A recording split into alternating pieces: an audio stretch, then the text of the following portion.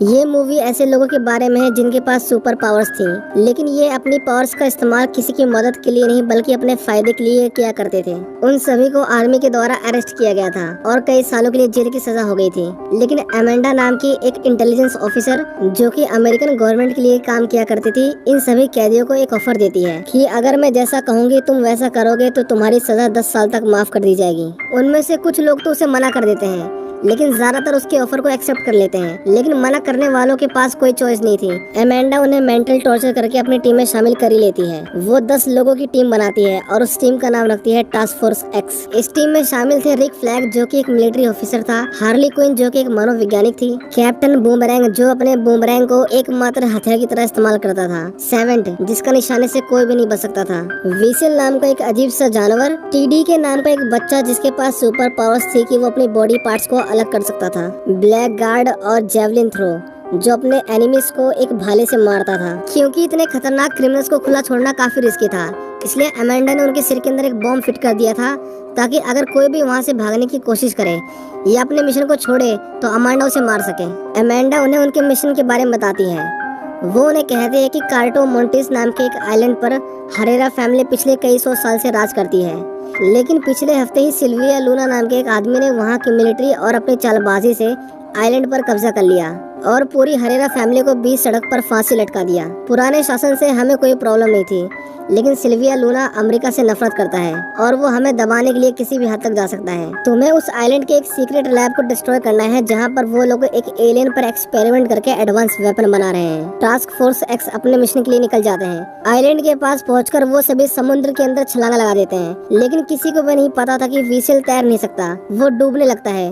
जब उसे सरफेस पे लाया जाता है तो उसकी मिशन से पहले ही मौत हो चुकी थी। वो सभी अपने वेपन्स को लोड करते हैं, पर यहाँ पर हम देखते हैं कि ब्लैक गार्ड दुश्मन का खबरी था। इसका मतलब उसने उन सभी को धोखा दिया है और बहुत सारे सोल्जर्स उनका पहले से ही वहाँ पर इंतजार कर रहे थे। वो उन्हें कहता है कि मैं तुम्हारे साथ हूँ, मैंने ही तुम्हें इस मिशन की डिटेल्स दी थी, लेकिन सोल्जर्स सबसे पहले उसी को ही मार देते हैं। अमेंडा उन्हें कहते हैं कि हम अपने मिशन को रोक नहीं सकते, तुम्हें आगे बढ़ना होगा। टीडी के अपने पावर्स का इस्तेमाल करता है जो कि उनकी किसी भी काम नहीं आती और एक एक करके सभी मेंबर्स मारे जाते हैं। सेवेंट इस तरह सभी को मरते देख डर जाता है और वहाँ से भागने लगता है। अमेंडा उसे वार्न करती है कि तुम अगर मिशन छोड़ के गए तो मैं तुम्हें मार दूंगी, लेकिन वो इस बात को नहीं सुनता। इसीलिए अमेंडा उसके सिर में लगे बॉम्ब को एक्टिवेट कर देती है, जिसके ब्लास्ट से वो एक दर्दनाक मौत मारा जाता है। जेवलिन मरते वक्त अपने भाले को हार्ली क्विन को दे देता है और अब उनकी टीम के अंदर सिर्फ हार्ली क्विन और रिक फ्लैग ही बचे थे। लेकिन यहाँ पर अमेंडा का मिशन फेल नहीं हुआ था, बल्कि उसने बैकअप के लिए एक और टीम बना रखी थी जो उस आइलैंड के दूसरे किनारे से एंटर करते हैं। इस टीम में टोटल 5 लोग थे,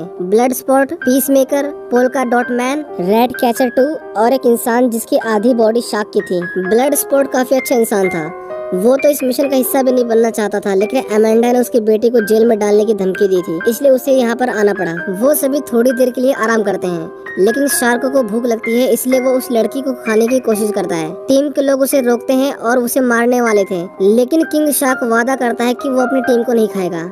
अमेंडा उन्हें बताते हैं कि रिच फ्लैग को दुश्मन ने पकड़ लिया है, उसका जिंदा रहना मिशन के लिए बहुत जरूरी है, तुम्हें उसे बचाना होगा। वो दुश्मन की कैंप में जाते हैं और शार्क सभी को खाने लगता है। पीस मेकर और ब्लड शॉट तो एक दूसरे से लोगों को मारने का कंपटीशन ही कर रहे थे, लेकिन थोड़ी देर बाद उन्हें पता चलता है कि जिन लोगों की उन्होंने जान ली वो उनके दुश्मन नहीं थे, बल्कि वो तो रिक की मदद कर रहे थे। एक लड़की अपने दोस्तों की मौत से काफी गुस्सा थी, लेकिन रिक उसे शांत करता है। दूसरी तरफ लैब के अंदर थिंकर नाम का एक साइंटिस्ट सिल्विया लूना को स्टारफिश एलियन के बारे में बताता है, जिसके शरीर से निकलने वाले छोटे छोटे स्टारफिश ह्यूमंस के ब्रेन को कंट्रोल कर सकते हैं। हार्ली क्विन को उन लोगों ने बंदी बना लिया था, उसे नए कपड़े दिए जाते हैं और उसे सजाकर सिल्विया लूना के सामने पेश किया जाता है। ऐसा इसलिए किया जा रहा था क्योंकि हार्ली भी अमेरिका से नफरत किया करती थी। सिल्विया हार्ली से कहता है कि वो उसे शादी करना चाहता है और अब जो वेपन्स हमारे पास है उससे हम पूरे अमेरिका पर राज करेंगे। हार्ली को उसकी बातों से कुछ भी फर्क नहीं पड़ रहा था, लेकिन जब वो उसे कहता है कि इस जंग के अंदर औरतें, बच्चे, बूढ़े सभी मारे जाएंगे, तो हार्ली उसे शूट कर देती है क्योंकि वो इनोसेंट लोगों की जान नहीं लेती थी। गन की आवाज सुनकर मिलिट्री वहाँ पर आ जाती है जो हार्ली क्विन को अरेस्ट कर लेती है। दूसरी तरफ टास्क फोर्स आगे बढ़ रही थी। पीस मेकर डॉट मैन से थोड़ी दूरी मेंटेन करने के लिए कहता है क्योंकि बार बार उसकी बॉडी पर कलरफुल डॉट्स आ जाते थे जो कि बहुत ही खतरनाक है। डॉट मैन उन्हें बताता है कि उसकी मदर ने उन सभी को सुपर हीरो बनाने के लिए उनके ऊपर एक्सपेरिमेंट किए, लेकिन उसके अंदर तो ये वायरस सुपर पावर बन गया, लेकिन इसकी वजह से उसके भाइयों की मौत हो गई। वो सभी शहर के अंदर दाखिल होते हैं और अपने भेष को बदल लेते हैं। और अब उन्हें उस साइंटिस्ट को पकड़ना था जो कि स्टारफिश पर एक्सपेरिमेंट कर रहा था। वो सभी बार के अंदर उसे ढूंढ लेते हैं, लेकिन आर्मी को उनके बारे में पता चल चुका था, जो उनकी तलाश करते करते उस बार तक पहुंच चुके थे। रैट कैचर साइंटिस्ट को पीछे के रास्ते से निकाल लेती है, लेकिन पीस मेकर, रिक और ब्लड स्पॉट पकड़े जाते हैं। उन तीनों को जनरल के पास लेके जाया जा रहा था, जहां पर उन्हें पता चलता है कि हार्ली क्विन अभी तक जिंदा है। वो सभी उन्हें मारकर वहां से एस्केप कर जाते हैं और अब उनका सबसे पहला मिशन था हार्ली क्विन को बचाना। हम देखते हैं कि प्रेसिडेंट हार्ली को टॉर्चर कर रहा था, लेकिन वो उन्हें कुछ भी नहीं बताती। उनकी टीम हार्ली को बचाने के लिए पैलेस तक पहुंच चुकी थी, लेकिन प्रेसिडेंट के जाने के बाद हार्ली गार्ड को मारकर लॉक को खोल लेती है और सभी को मारते हुए वहां से बाहर निकल आती है।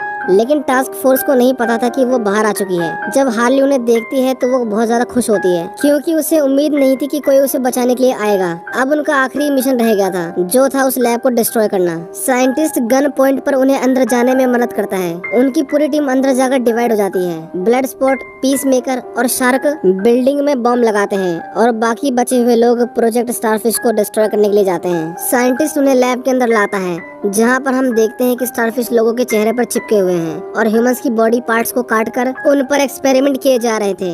वो साइंटिस्ट उन्हें बताता है कि ये एक्सपेरिमेंट पिछले 30 सालों से किया जा रहा है। ये एलियन सबसे पहले अमेरिका में मिला था, लेकिन वो लोग अपने देश के अंदर ये एक्सपेरिमेंट नहीं करना चाहते थे, इसीलिए उन्होंने इस आइलैंड पर उस एलियन को भेज दिया और सीक्रेटली उसे फंडिंग देते रहे। इसका मतलब ये था कि इन सभी एक्सपेरिमेंट में अमेरिका भी इन्वॉल्व था और अमेंडा इस सच को बाहर आने देना नहीं चाहती थी, इसलिए उसने ये पूरा मिशन तैयार किया। जब रिक फ्लैग को पता चलता है कि उनके देश अमेरिका ने इतने सारे लोगों की जान ली, तो वो काफी इमोशनल हो जाता है और डिसाइड करता है कि वो इस सच्चाई को पूरी दुनिया को बताएगा। वो कंप्यूटर से हार्ड डिस्क निकाल लेता है, जिसमें एक्सपेरिमेंट के बारे में सारी इन्फॉर्मेशन थी। वहाँ पर पीस मेकर आता है, जो रिक के ऊपर अपनी गन को पॉइंट कर लेता है और यहाँ पर हमें पता चलता है कि अमेंडा ने उसे लैब के साथ साथ सारे डॉक्यूमेंट्स और सबूतों को डिस्ट्रॉय करने के लिए भेजा था। लेकिन अब क्योंकि रिक फ्लैग और रैट कैचर को सच्चाई का पता है, इसलिए पीस मेकर को उन दोनों को मारना पड़ेगा। दूसरी तरफ हम किंग शार्क को देखते हैं, जो कि एक बड़े से फिश टैंक के अंदर जेलीफिश देखता है। वो जेलीफिश देखने में बहुत ही प्यारी थी, इसलिए वो उनके साथ खेलने लगता है। उन्हें मिलिट्री ने चारों तरफ से घेर लिया था।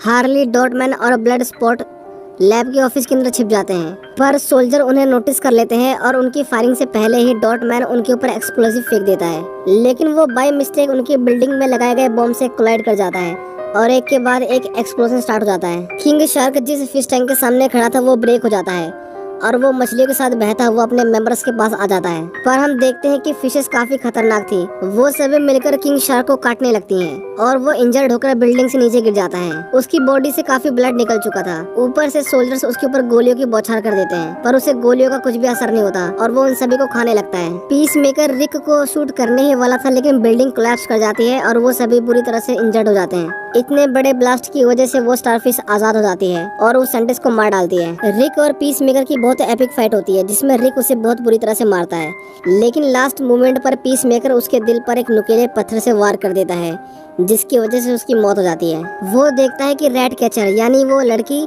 हार्ड ड्राइव को उठा लेती है और वहाँ से भाग जाती है। बाहर आकर वो देखती है कि पूरी बिल्डिंग कोलैप्स कर रही है और दूसरी तरफ हार्ली, डॉटमैन और ब्लड स्पॉट ऊपर अपनी जान बचाने के लिए पूरी कोशिश कर रहे थे। पीस मेकर उस लड़की को मारने ही वाला था, लेकिन तभी ब्लड स्पॉट ऊपर से नीचे गिरते गिरते उस फ्लोर पर पहुंचता है जहां पर पीस मेकर था। वो देखता है कि पीस मेकर रैट कैचर को मारने ही वाला था, इसलिए वो उसके ऊपर फायरिंग करता है। पीस मेकर भी उसके ऊपर फायरिंग करता है, लेकिन ब्लड स्पॉट की बुलेट साइज में छोटी होती है, जो उसके बुलेट से पास होते हुए पीस मेकर के गले में लगती है और वो मारा जाता है। रैट कैचर उसे बताती है कि पीस मेकर ने रिक को मार दिया है और ये एलियन एक्सपेरिमेंट अमेरिका ही करवा रहा है। लेकिन तभी वो एलियन स्टारफिश बिल्डिंग से बाहर निकलती है और हम देखते हैं कि उसका शरीर कितना भारी भरकम और विशालकाय था। उसके सेंटर में एक बड़ी सी आंख भी थी। मिलिट्री उसके ऊपर फायरिंग करती है, लेकिन उनकी बुलेट्स उसका बाल भी बांका नहीं कर पाती। वो अपने शरीर से हजारों की संख्या में छोटी छोटी स्टारफिश निकालती है, जो लोगों के चेहरे पर जाकर चिपक जाती हैं और कुछ ही देर बाद वो लोग दोबारा से उठ खड़े होते हैं और शहर की ओर बढ़ने लगते हैं।